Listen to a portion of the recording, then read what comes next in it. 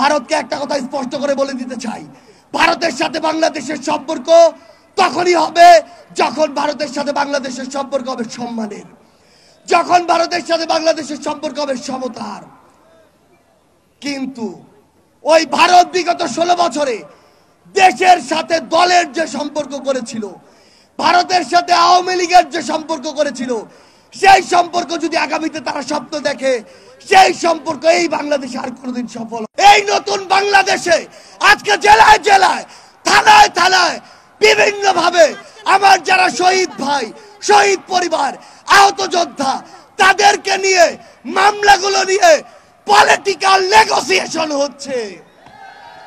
আজকে টাকার বিনিময়ে মামলা লেখা হচ্ছে, টাকার বিনিময়ে মামলা উইথড্র হচ্ছে।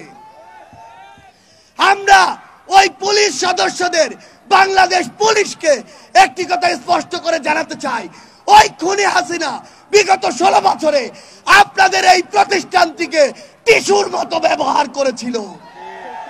যখন প্রয়োজন হয়েছে, যেভাবে প্রয়োজন হয়েছে, আপনাদেরকে ইউজ করেছে। আর দিন শেষে যা আত্মসম্মান গিয়েছে, যা মর্যাদা গিয়েছে, আপনাদের গিয়েছে, আপনাদের পোশাকের গিয়েছে।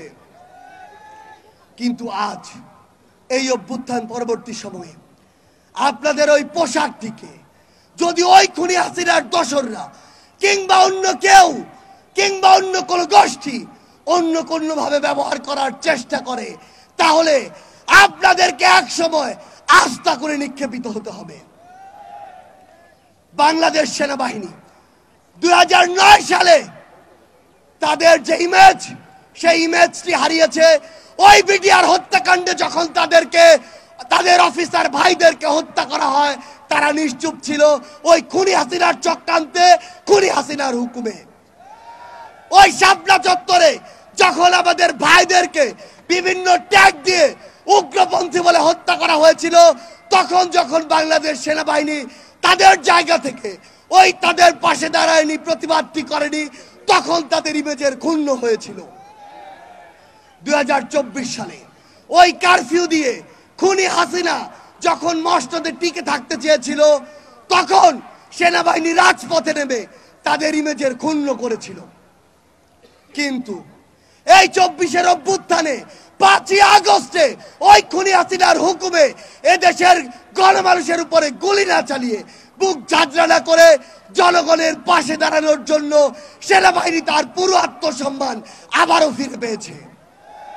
কিন্তু আজ আমরা বাংলাদেশ সেনাবাহিনীকে শ্রদ্ধার জায়গায় রেখে একটি কথা স্পষ্ট করে বলতে চাই, ওই খুনি হাসিনা কিংবা তার দোসর কিংবা ভারতের কোনো দালাল কিংবা কোনো এজেন্ট যদি আপনাদেরকে ব্যবহার করে বাংলাদেশের মানুষের কাছে আসার, বাংলাদেশের মানুষকে আপনাদের মুখোমুখি করার বিন্দুমাত্র চেষ্টা করে, আমরা আপনাদেরকে আমাদের জায়গা থেকে বলে দিতে চাই, আহ্বান করতে চাই, এই চেষ্টা যেন সকলেই আমরা একসাথে প্রতিরোধ করি।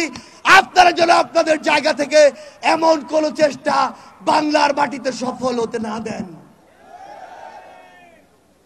আমরা স্পষ্ট করে আমাদের জায়গা থেকে বলে দিতে চাই, বাংলাদেশ সেনাবাহিনী সহ বাংলাদেশের যে কোনো প্রতিষ্ঠান যারা জনগণের দাবির সাথে থাকবে, জনগণের সাথে থাকবে, দেশের সাথে থাকবে, তাদের সাথেই শুধু জনগণ থাকবে। বাকিদের অবস্থা হবে ওই খুনি হাসিনার মতো। ভারতকে একটা কথা স্পষ্ট করে বলে দিতে চাই, ভারতের সাথে বাংলাদেশের সম্পর্ক তখনই হবে যখন ভারতের সাথে বাংলাদেশের সম্পর্ক হবে সম্মানের, যখন ভারতের সাথে বাংলাদেশের সম্পর্ক হবে সমতার। কিন্তু ওই ভারত বিগত 16 বছরে দেশের সাথে দলের যে সম্পর্ক করেছিল, ভারতের সাথে আওয়ামী লীগের যে সম্পর্ক করেছিল, সেই সম্পর্ক যদি আগামীতে তারা স্বপ্ন দেখে, সেই সম্পর্ক এই বাংলাদেশে আর কোনোদিন সফল